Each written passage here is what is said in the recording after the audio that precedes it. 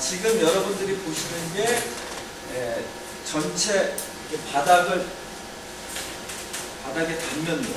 그래서 기본 흙이 있고요. 자갈 다짐 한 10cm 정도 해주고요. 이거는 약이 저기 좀 적게 생겼습니다. 비닐을 기본적으로 깔아서 겹겹이 깔아서 방수층을 만들어줍니다. 그 다음에 스티로폼을 넣지 않고 저는 이제 집을 넣습니다. 저희 지금 현재 시공한 데가 있습니다. 집을 넣고 그 다음에 이 집이 처음에는 넣으면 잘게 썰어야 되는데 그냥 넣고 흙을 넣고 공사하고 막 밟고 있으면 얘네가 알아서 쭉쭉 꺼집니다. 나중에 이 흙 위를 통통 두들겨 보면 통통통 소리가 나요. 그러니까 여기 자체가 공국이 생겨요. 흙 속에 들어가면 썩지 않습니다. 그 다음 층에는 거친 흙, 그러니까 채걸은 흙에다 거친 모래, 잔 볏짚. 이게 뭐죠? 잘 보시면은 2차 미장제랑 거의 비슷하죠. 석회들하고 안 들어간 것만 빼고. 그러니까 이쪽에 집벙어리에 모래 좀 더 들어가는 거죠. 그런 정도로 또 깔아줍니다. 그리고 나서 이제 그 와이어맷이라고 큰 철망 같은 거를 놓고 거기다가 엑셀 관들을 놓고 그 사이사이는 콩자반을 깔고 그 다음에 마감을 하는 거죠. 채걸음석, 석회를 넣어도 되고 안 넣어도 됩니다. 모래가 많이 들어갑니다. 모래가. 근데 기본적인 모래 함량은 미장할 때랑 거의 비슷해요. 근데 미장할 때는 조금 더 많이 넣다 보시면 되고요. 그 다음에 잔 볏짚 같은 건 붕사를 녹여서 넣기도 하는데요. 붕사를 넣으면 물에 대한 침투력을 더 높여줍니다. 그러니까 물에 대해서 물이 스미지 않도록 하는 힘도 있습니다. 근데 굳이 그것까지 할 필요는 없는 것 같아요. 아마이님만 잘 발라주면 되고요. 맨 마지막에 이제 아마이님이나 콩기름 이런 것들로 덧칠을 해주십니다. 그래서 스티로폼을 전혀 안 넣고도 바닥 단열들을 다 해주세요. 비닐은 어쩔 수 없이 넣어야 됩니다. 심지어 또 생태건축을 철저하시는 분들은 이 자갈층을 좀 더 두께 하고 이 비닐을 빼시는 경우도 있습니다. 혹시 몰라서 비닐이 왔어요. 잘게 썬 볏짚 10cm는 압축했을 때 10cm입니까? 아니면 그냥 처음에 깔았을 때 대충 이렇게 깔아서 사실 이제 볏짚 깔다 보면 이 정확히 10cm 맞추기 힘들거든요. 어느 정도 약간 두껍게 해놓고 그럼 결과적으로 밟으니까 더 낮아지죠. 많이 가라앉습니다. 그래도 나중에 잘된 저렇게 시공해서 잘된 바닥은 두들겼을 때 통 소리가 나면 아주 잘 됩니다. 그런 식으로 하면 바닥에서 오는 냉기를 상당히 막을 수 있습니다. 어차피 여러분들이 바닥 시공을 하면 흙 자체는 기본적으로 냉기가 있어요. 강화마루도 기본적으로 냉기가 있어요. 그래서 그게 단점이거든요. 단점이긴 한데 어쨌든 그래도 이런 그 단열층들을 두지 않으면 너무 열도 뺏길 뿐만 아니라 냉기가 굉장히 심해져요. 다음 장 한번 넘어가겠습니다.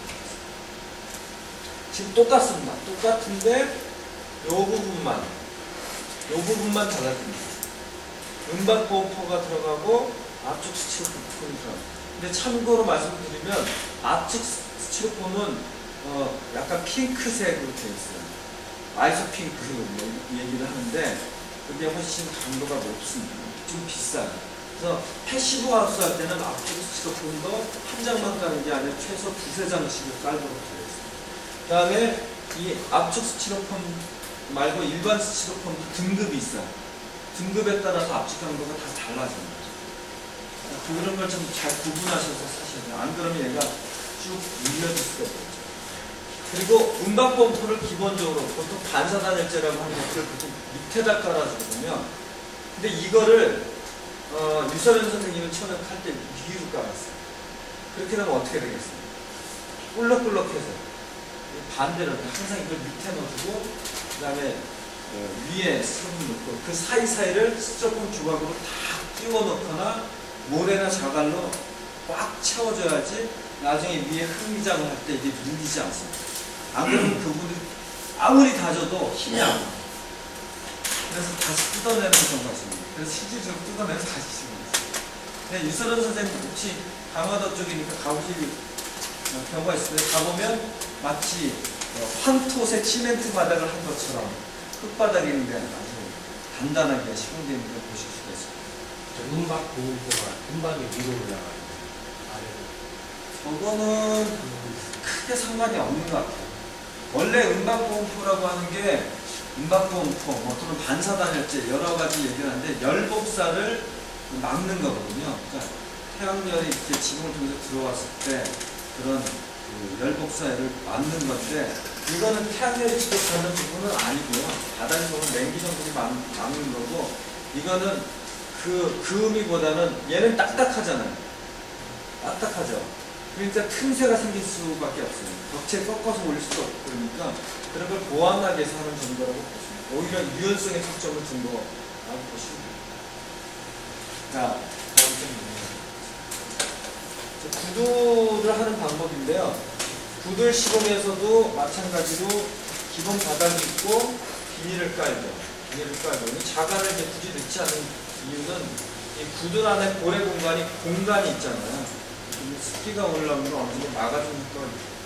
이게 이제 구들의 죽이죠. 죽이 있고 조랑 사이에 공병을 깔고 흙과 모래를 좀 채워넣습니다. 그래야 이제 병의 국밥이 여기 가지 않죠. 그래서 바닥 단열을 해주고 그 다음에 역시 지금 구들돌이 올라가고 그 다음 위는 다 똑같습니다. 구들돌이가 올라가는 방식으로 이런 방식으로 하순에 계신 분이 이제 푸대집에서도 시공을 했고 이건 뭐 다른 생태 건축이 다 마찬가지입니다. 어떤 분들은 이거 뭐 너무 격벽이 아니냐 뭐 이렇게 얘기하는데 하는 게 후회 안 난다라고 저는 생각을 해요. 이렇게 좀 철저하게 해주시는데 후회 안 하시는 방법 중에 하나입니다. 근데 만약에 내가 여기 바닥 미장을 흙으로 하는 게 좀 힘들 것 같아. 그러면 일단 구들 말고요.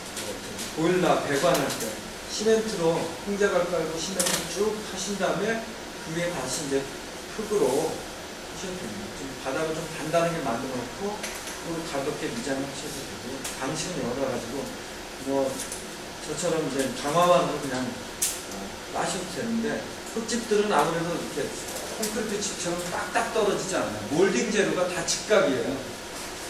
그래서 저희 집 보면 막 일일이 그냥 나무로 땄어요. 몰딩을 구하기가 힘들더라고요.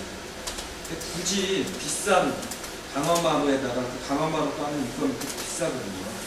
또 어느 정도 그것도 노하우도 필요하고 그러니까 요즘에는 장판값, 그 다음에 데코타일이라고 하는 뭐 나무문 있는 거 식당 같은 데 많이 깔려 있는 거 있잖아요. 그런 것도 비쌉니다. 벽지 같은 것도 결코 싸지 않아요. 벽지 값도 나중에 여러분이 직접 집지러 갔을 때 알아보고 그냥 흙미장과 이 천연 페인트 미장으로 끝내시는 게 훨씬 쌀 수도 있어요. 몸은 고단할지 모르지. 네, 이 정도 이제 바닥 시공 방법에 대해서 간단하게 말씀을 드렸습니다. 근데 바닥 시공에 대해서 다양한 방식으로 할 수 있으니까 여러분 선택하고 기본만 이해를 하시면 돼요. 습기 방지, 단열, 그 다음에 내구성, 그 다음에 물걸레질을 할 수 있는 정도, 그 다음에 추결할 수 있는 그런 이런 거를 내가 이제 바닥 시공할 때 주의하겠다 그러면 그 방식을 어떤 거를 선택하셔도 좋은 거죠. 좋고